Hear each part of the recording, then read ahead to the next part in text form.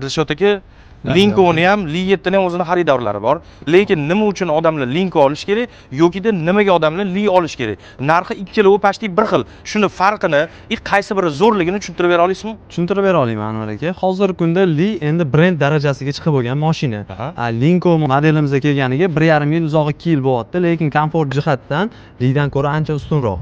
Bunda ham bor funksiyalar, bunda ham bor, lekin bunda komfort baribir yuqori darajada. Lincoln navorotlari shunda ko'proq deyapsizmi?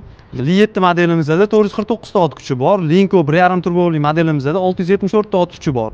Oddiy misol qilib aytgan, ot kuchini o'zida buni yutib qo'yadi. Anvar aka, hozirgi kunda Li7larimizdan navorotlariga keladigan bo'lsak, juda ham kuchli, lekin bundagi bor navorotlar bunda yo'q. Oddiy misol qilib aytganda, monitorlari oddiy.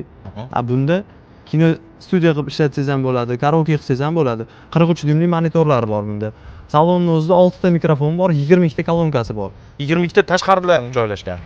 Polni salonda joylashgan, Harman Kardon kolonkalari bor, juda ham kuchli. Xo'p, bunda ham kolonkasi kuchli, lekin oddiy kolonkalar. Oddiy kolonka bunda.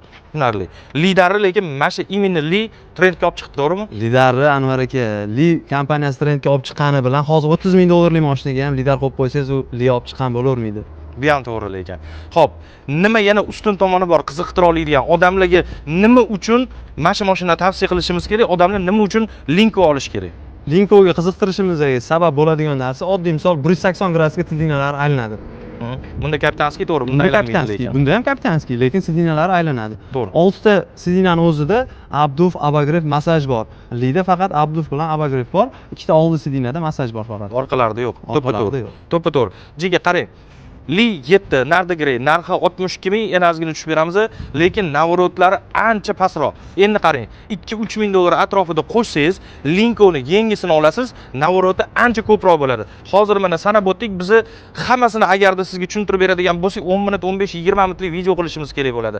Siz undan ko'ra qiziqsangiz agar, mana shu mashina haqida to'liqroq ma'lumot olmoqchi bo'lsangiz, Port Avtoga kiringda, albatta bizani kuzating, raqamlarimizni olib telefon qiling. Kelsanglar, xudo xolasa, Dilshod akam yanada sizlarga cho'tkiroq ma'lumotini beradilar. Port Avtoni albatta kuzatib boringlar. Xudo xolasa sizlarga foydali bo'ladi.